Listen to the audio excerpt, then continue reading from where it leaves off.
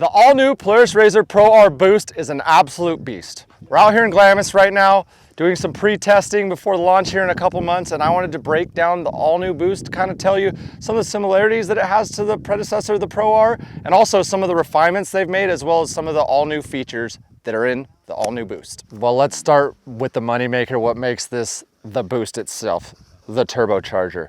52 millimeter turbo, turning 14 pounds of boost, making 275 horsepower. That's 50 more horsepower. And I'll let you in on a little secret that the engineers told me is they had to work very hard to get it down to that number. So I can imagine the aftermarket companies are gonna go pretty Richter with this. Just from what I've been kind of hearing is this is very choked down. So the possibilities on a very easy scale are gonna grow that horsepower number very, very fast. The 2.0 liter engine, while externally it is the exact same Pro R motor, there has been some slight internal modifications to adapt it to a boosted setting. So cams, pistons, I'm not exactly sure of all the details, but it is the same engine, but it's not the exact same engine. There's small modifications for this Boost platform. Transmission, different gear ratios hooked to different clutches. One big thing, there's a cooler for the transmission, oil cooler. There's also no PTL. So for those familiar with the clutch basket that would slip on the previous Pro R model, it is not on this transmission. They basically beefed up the front drive so heavy on the Pro R Boost that they got rid of the PTL altogether. I think one question everyone's gonna have when it comes to a boosted application, they know it's gonna be harder on the belts, and Polaris addressed that from every angle. Bigger secondary clutch, bigger primary clutch, larger belt, as well as a wider belt. 3 intake inlets taking air in, 2 exit outlets taking air out, and it's insane. There's actually a belt temp gauge now on the Ride Command dash, which is a super cool feature. It's insane how hard we've abused these cars out in Glamis, and I haven't even smelled the belt one time. So lots of refinery, lots of improvement to the clutches as well as the belt.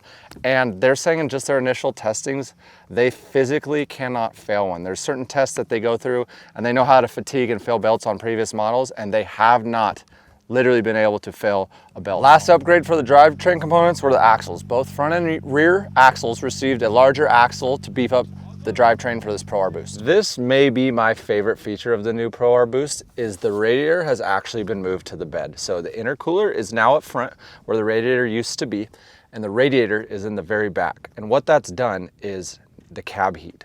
There is 0 cab heat in this thing now compared to previous models where that fan is just blowing hot air on your feet the whole time. I know a lot of customers have wanted a fix for that. Well, this is it. The radiator is now in the back. What it's also done is it's a quiet ride between the turbo, the radiator in the back. The noise, less RPM, is such, I would say it's half the noise of just a normal Pro R. So big fan. I'm getting older now. The quietness of this with the fan in the back, you don't hear it. The radiator being in back, yes, you lose a little bit of bed space, but you don't need to bring that much stuff anyways. I'm a big fan of the radiator being in the back. So I did touch that the intercooler is now in the front. This is also a dual purpose cooler. The water that's running through this also cools the transmission fluid. So there's basically a heat exchanger on the front of the transmission now. The fluid from this runs through that, cools your transmission, as well as the intercooler for the turbo. Let's talk suspension. Pro R clearly already dominated the market in suspensions, so I believe received the least amount of attention, but did receive attention. New, larger upper ball joint. Upgraded tie rods. The rack has remained the same. Updated live valve cowl, same live valve technology, updated cowl. And the uniball in the rear knuckle where the toe link hooks has also been upgraded as well. So the Pro R Boost also comes with this roof scoop, and that is because that said radiator is now in the back. Now, this isn't necessarily needed if you're not running a windshield, but they know that it's an accessory that many people like to add on to their Pro Rs. So if you do add the windshield, this comes stock. You don't need to buy the roof scoop extra like many other brands do. Comes with the roof scoop on top, and it ducts the air all the way back through here and gives that fresh air to the radiator if you have a windshield. If you don't have a windshield, it's just extra air flowing back there. But that's what the main roof scoop is for, is when a windshield is added. Last but not least, the interior. So if you're familiar with the 2026 Polaris Pro R, it's gonna look almost identical to you, but there's one major upgrade. There's now Apple CarPlay integration on the Ride Command, which is super rad, top of the line technology. I think it's really cool. Still Rockford Fosgate system, some small updates to the interior, but as a whole, this interior has stayed the same. It comes with the Rockford Stage 4 audio system. It bumps.